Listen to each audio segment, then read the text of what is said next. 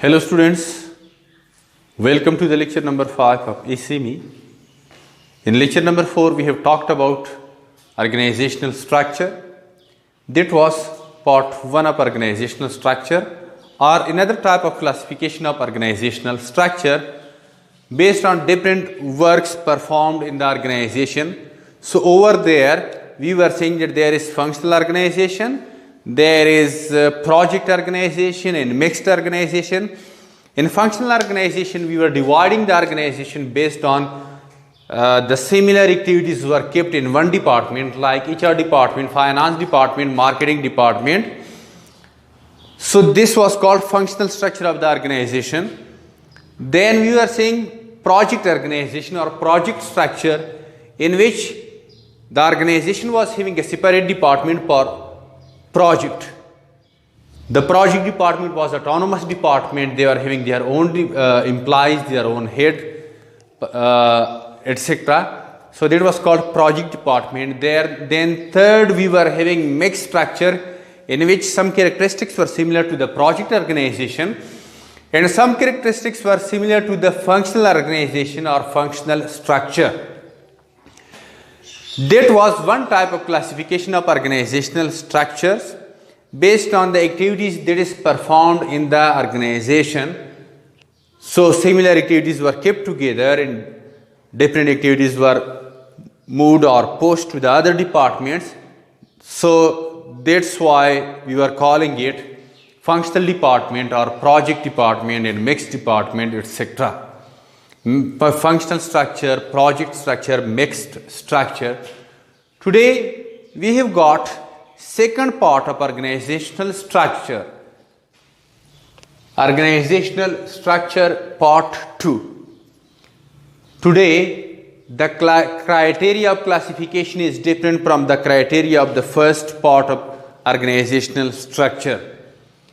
Here we are dividing the organizations. We are classifying the organizational structure based on the arrangement of the employees, based on the hierarchy or organizational chart, organizational structure, how employees are distributed in different levels, or by which method, by which technique the employees are distributed or arranged in the organization. So it is called organizational structure. Okay, so in this regard we have got two types of organizational structure. One is called horizontal structure, another is called vertical structure. This horizontal structure has also got another name, that is flat structure. Flat structure or horizontal structure.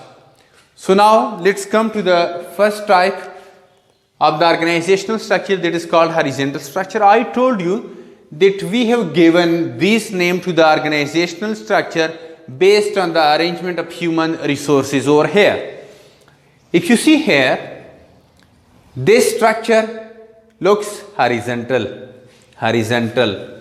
and this structure, which we are calling it vertical structure, it seems vertical shape, and this is horizontal shape. That's why we are calling it horizontal structure or flat structure, and the other is vertical structure. Further going to the detail of this structure, you see here, this is boss or CEO or chancellor or head of the organization. In different organizations, this head is having different names. These two are working under the authority of this guy. So these two, let's suppose A and B, this A and B are the subordinates, called subordinates. A and B are the subordinates of this C, or we can say that C has got two subordinates, A and B. Or another terminology, managerial terminology used, span of control. What? Span of control. Span of control. What is meant by span of control? Span of control means the number of employees or the number of subordinates. So here we can say this C has got two span of control, or we can say that the span of control of C is very less. Then you see here this A has got 1, 2, 3, 4, 5, 6, 7, 8 subordinates. Span of control is very large, very vast. So why we are calling it horizontal structure? We are calling it horizontal structure because one manager is having a large span of control. One manager is having a large number of subordinates. Span of control is very high. Same is the case with this guy. He has also got a high span of control, a large number of subordinates, 1, 2, 3, 4, 5, 6, 7, 8.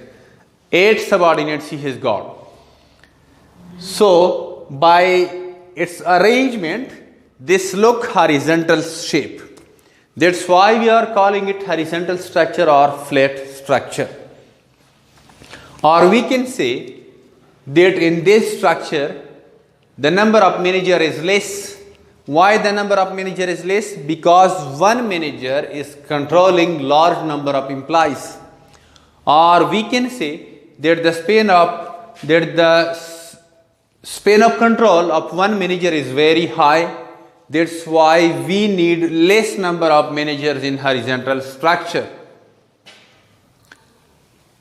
So now coming to the merits and demerits of horizontal structure, or advantages or disadvantages.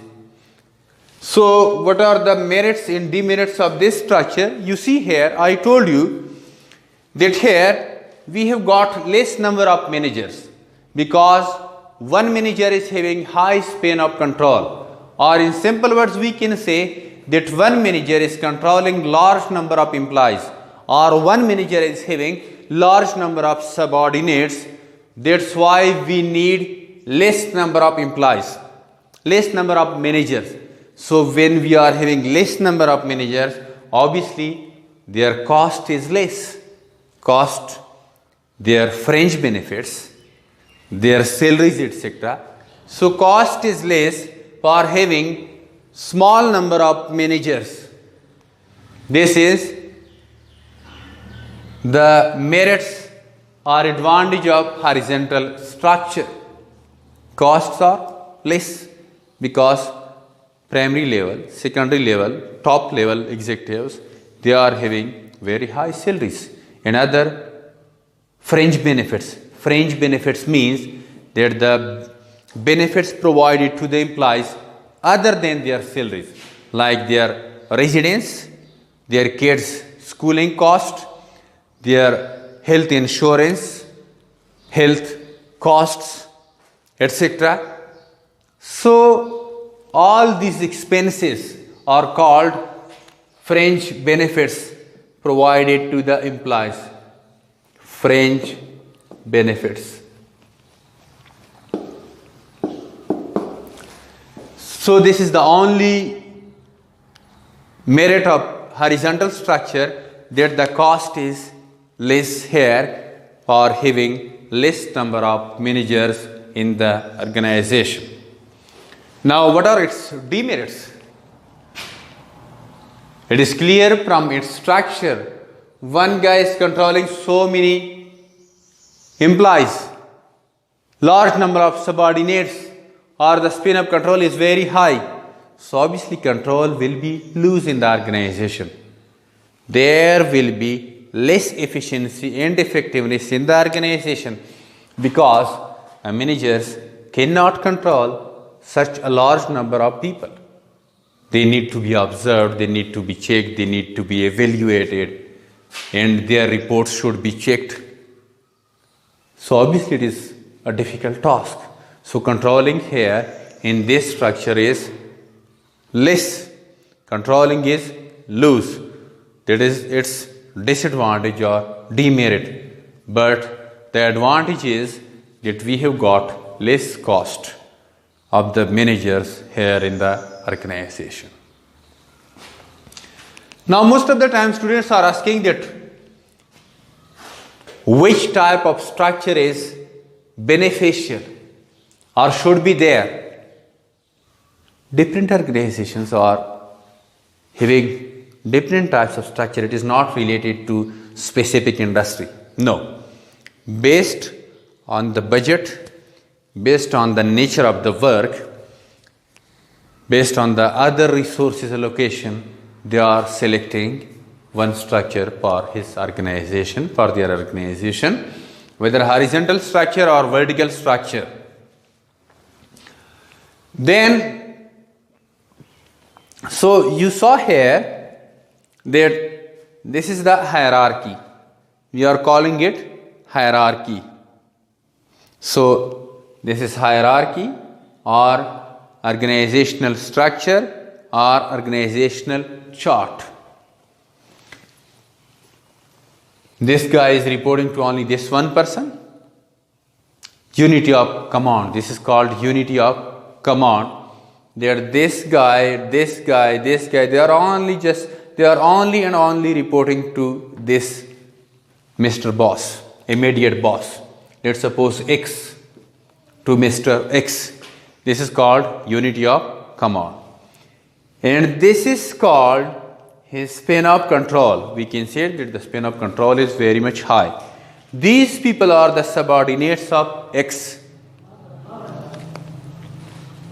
So this is called horizontal structure. Now coming to the vertical structure, it is totally opposite to the horizontal structure. That was looking horizontal or flat. This is the look of this structure is vertical. You saw here vertical structure. Here the number of subordinates, you saw over there some 8-10 subordinates were there, but you saw here A, B, C. So this Z has got just only 3 employees or 3 subordinates, or we can say that the span of control of Z is small or less. So that's why in this structure one manager is having less number of employees, so we need more and more manager, large number of managers, almost double and triple number of the managers over here is compared to the horizontal structure. These are the subordinates of Z, or we can also call it span of control of Z is very less. Over there span of control is very high. Here we need large number of managers is compared to that structure. So now coming to the merits and demerits of this structure, it is opposite to that. Over there controlling was loose. Over here controlling is very tight and tough. Over there cost was less for having less number of managers. Over here cost is very higher for having large number of managers.